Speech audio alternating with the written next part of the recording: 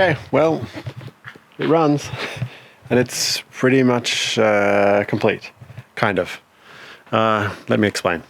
Take this object, but beware, it carries a terrible curse. Ooh, that's bad.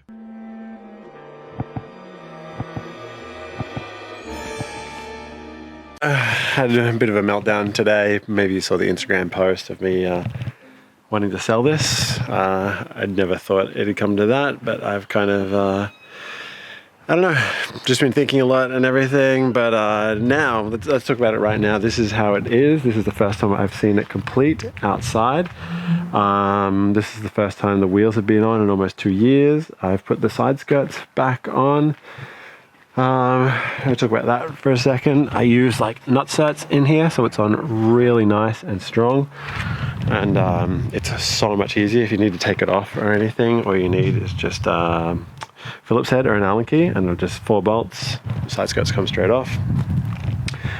The wheels are on. The wheels look absolutely fantastic. They kind of match the color really well. The color looks good. Like, it suits the chrome really well. And I'm happy with it. But there's been a lot of torment the past few months, which I'll kind of go through.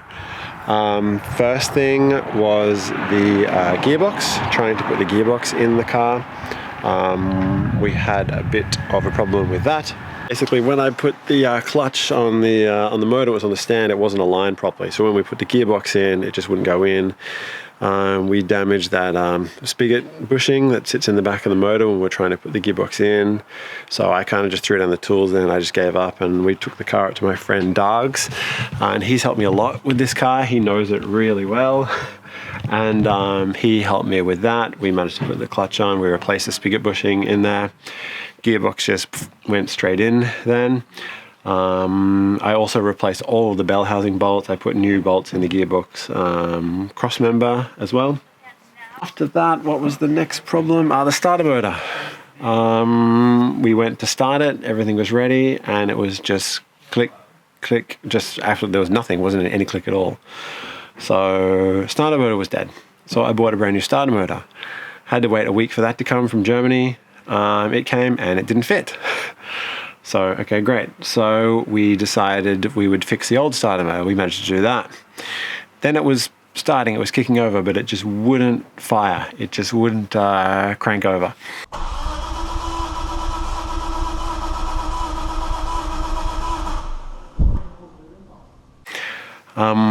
We weren't really sure what the problem was. We checked the timing, we checked the plugs, we checked everything, what had fuel.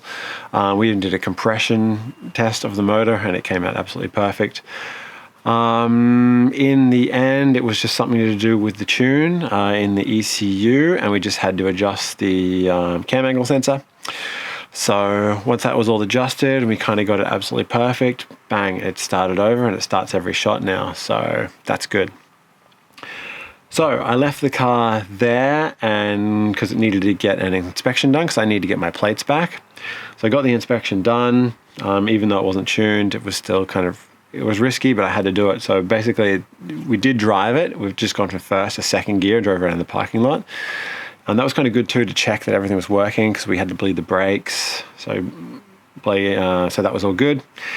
And it drove okay, but I'm just not game to rev it. Basically, I put in just a cheap mineral oil into it for the first startup. Then when I got the car back here, my plan was to change that oil straight away and put in new oil. This is a mistake that I did last time. I just kept the same oil in there and just took it straight to the dyno and just sent it on the same oil. That was not a good idea. So my plan now was to change the oil, basically first startup, change it. Next, when we get it on the dyno, just get it to temperature, then change it again. And then when we're ready to do the full power runs, then we change the oil again. So yeah, change it as often as I can. So basically after that, got the car back here, was going to change the oil and noticed a large oil leak underneath the car. I was hoping it would be an easy fix, but on closer inspection, it was coming from the sump. That was my fault. I didn't use enough sealant when I put the sump on, and also the sump possibly when I removed it last time, it was kind of bent a little bit, so it just didn't make a proper seal against the engine when I put it on there. So that sucked, and that was a big job, and that's what really kind of killed me a little bit, killed my motivation and my confidence with the car, because it was just my fault again. But we managed to fix it. I got my friend Chris here. We borrowed a engine lift. We had to lift the engine up as high as we could, remove the sway bar. I got the sump off myself, actually, which wasn't too hard, but getting it back on was not easy.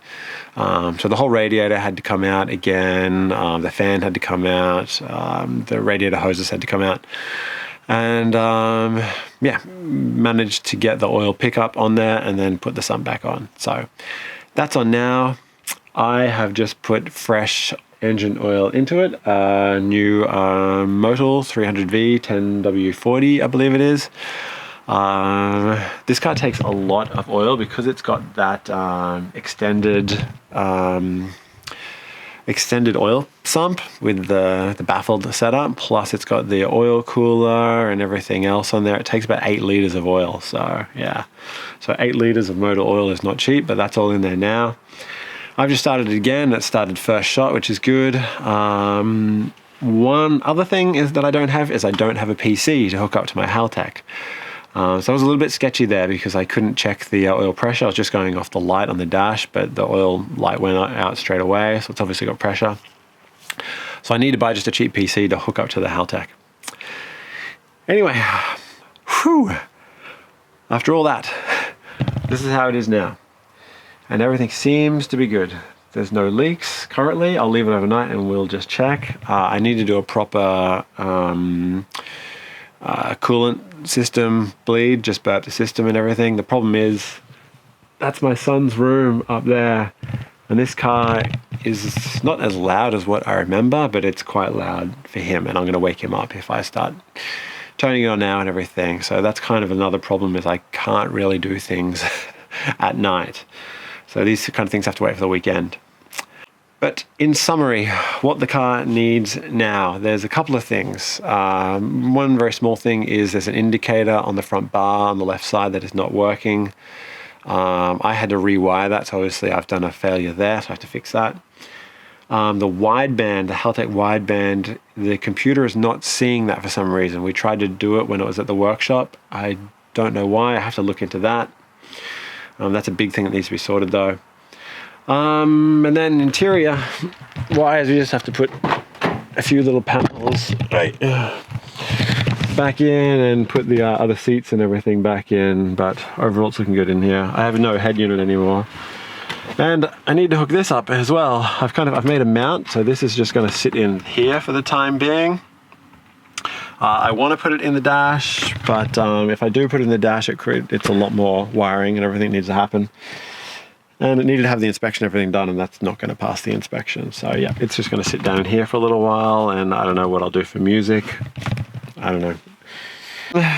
Oh man, I'm sorry that I talk so much on these videos, but yeah, I put up an Instagram post today too about selling the car, and I just wanted to talk about that.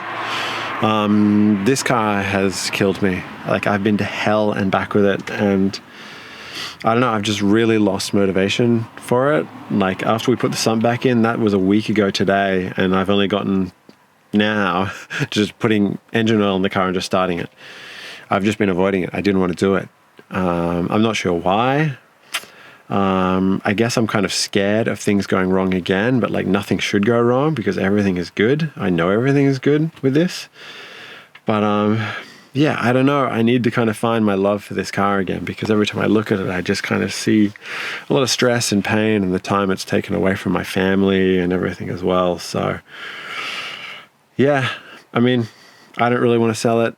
I don't think I could sell it right now. I want to see it through.